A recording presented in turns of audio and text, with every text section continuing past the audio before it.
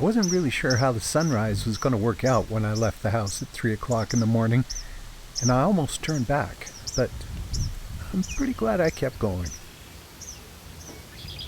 The sky overhead had been cloudy and there was a bit of forest fire smoke in the air, but it created this.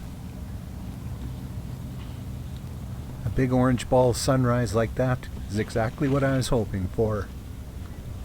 And luckily I found these horses too. With the clouds in the sky and the smoke, this wasn't going to last long. But then that first blush of sunrise light, it never does. It was golden and copper and amber for about 20 minutes, and then that was it. A quick look to my right to find this blue heron, and its cousin, this black-crowned night heron, and these ibises.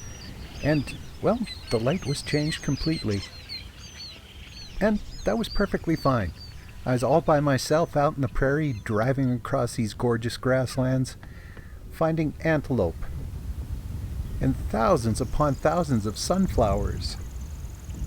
They were everywhere along the roadsides, those big nodding yellow faces. I've got to admit it was a bit of a surprise seeing so many of them in a droughty year like this. And these bee plants too. Down along the Red Deer River, tons of buffalo berries. And those big, gorgeous cottonwood trees. Man, I love these prairie giants. They grow along all of southern Alberta's waterways, and I just love the sound of the wind in their leaves and the way they spread out and cast their shade. Shade that shelters things like cottontails. But you don't have to go very far to find country with very little shade at all. Out here, the remnants of old homesteads stand pretty stark. Tough country for people, but meadowlarks like it. Bald eagles, too. But a dry year like this can be tough on, well, pretty much everything. These cattle were hock deep in sagebrush and a little bit surly. And even the prickly pear cactus pads seemed a little bit thin. And probably not the best place for it, but I'd already been on the road for several hours, so I just kicked back and had myself a little bit of a nap. But there was still plenty more to see, so after a few minutes I got back on the road.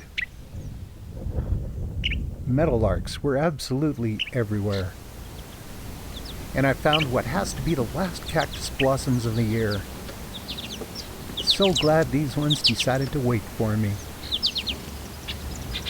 I was kind of closing a loop now, heading back toward Wolf Lake and the places where I'd photographed the horses at sunrise earlier.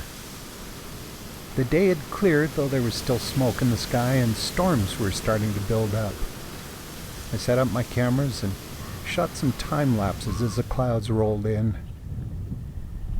And after that, I headed on home. I was tired, but if you want to see things like this out on the prairie, you kind of got to get up early.